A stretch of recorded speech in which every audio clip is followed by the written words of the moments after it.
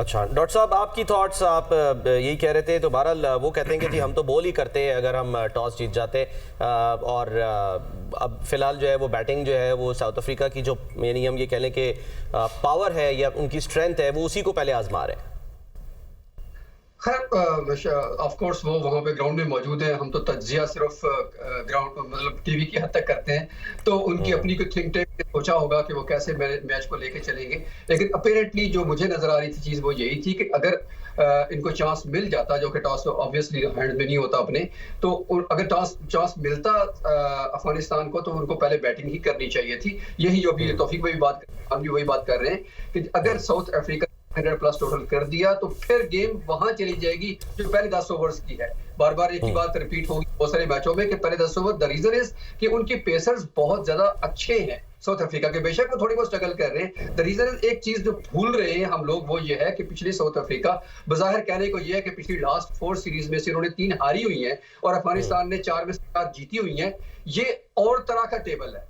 The reason is कि south Africa अभी gel होकर इकट्ठी हुई है सारी की सारी। उन्होंने पिछले 4 सीरीज में अगर देखा जाए तो 10 बंदों को नई कैप दी है वनडे की। तो इस तरह से अगर देखें तो वो सारे के सारे प्लेयर नहीं खेल रहे, पूरी टीम वापस आ गई है, कोई इंजर्ड नहीं है, सारी यानी कि फुल स्ट्रेंथ के साथ वापस आई है। तो 10 ओवर्स में पहले जो अगर साउथ अफ्रीका फर्ज करे 280 285 करता है तो भी बहुत भारी स्कोर अफगानिस्तान पर, क्योंकि पहले 10 ओवर्स में अगर ऊपर से 2 विकेटें भी गिर जाती है, बल्कि 2 क्या अगर गुरबाज को आउट कर लेते हैं, तो मेरा ख्याल है कि वहां पर ही अफगानिस्तान के लिए चीज बहुत मुश्किल हो जाएगा।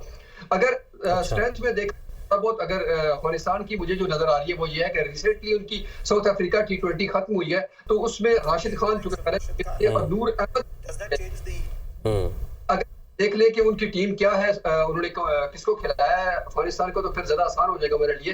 तो ये दोनों अभी रिसेंटली बिल्कुल साउथ अफ्रीका T20 खेल के आ रहे हैं, तो वो थोड़ा बहुत जरूर किए होंगे, उनको कंडीशन का भी अंदाजा है, उनके प्लेयर्स का भी अंदाजा होता है लोकल खेलने के बाद। तो ये उनकी स्ट्रेंथ जरूर है, लेकिन फास्ट बॉलिंग में अफगानिस्तान बहुत लैक करता है। वहां पर सिवाय फजल हक फारूकी के कोई भी मुझे ऐसा विकेट नजर नहीं आता। साथ उसके नवीद है मेरा ख्याल में, और ऊपर से गुलबदीन करेंगे, तो वो और एक ज़ई के ऑलराउंडर है जो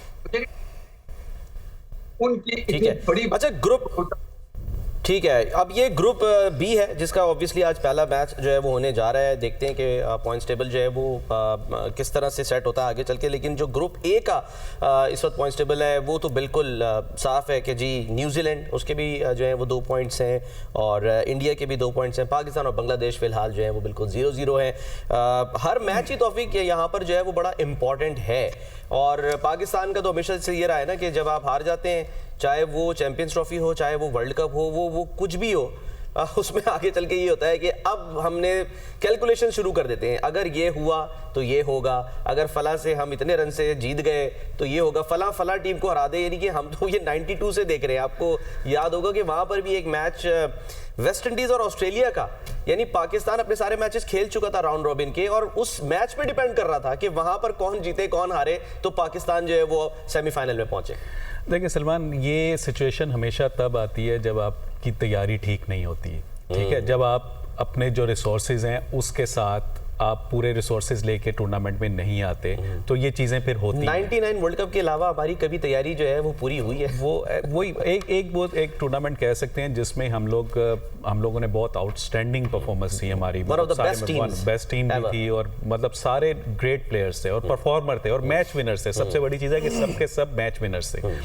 चलें खैर, वो तो अब ये इस टूर्नामेंट की मैं बात करूंगा कि इसमें हमें जो रिसोर्सेज चाहिए थे वो स्पेशली हम कल भी बात, और ये करते रहेंगे ये बात, क्योंकि ये इसकी कमी हमें महसूस पूरा टूर्नामेंट में होती रहेगी कि हमारे पास यहाँ पे एक स्पेशलिस्ट स्पिनर की कमी है, ठीक है, इन कंडीशन। और जिस कंडीशन में हम नेक्स्ट मैच खेलने जा रहे हैं सलमान, दुबई में, आपने कल भी वहाँ देखा, वहाँ पे बांग्लादेश के स्पिनर्स ने भी बहुत ही अच्छी बॉलिंग की और हार्ड टाइम दिया इंडियन बैटर्स को, और इंडिया के जो स्पिनर्स हैं उन्होंने भी विकेट भी ली और उन्होंने कंटेन बॉलिंग भी की। तो आई थिंक वहाँ पे टर्निंग विकेट है, वहाँ पे हमें इसकी कमी महसूस होगी। इंडिया के पास आप देखें 3 स्पिनर्स के साथ जा रहा है वो, ठीक है। अक्षर पटेल है उनके पास जडेजा है, और उनके पास तीसरा जो है यादव है, कुलदीप यादव। तो उनके पास ऑलमोस्ट 3 स्पिनर वो रेगुलर के साथ जा रहे हैं, हम लोगों के पास सिर्फ 1 स्पिनर है, और वो भी हम जो पहले बात कर रहे थे कि वो बहुत बड़ा टर्नर नहीं है, वो कर सकता है इतनी बड़ी ब्रेक।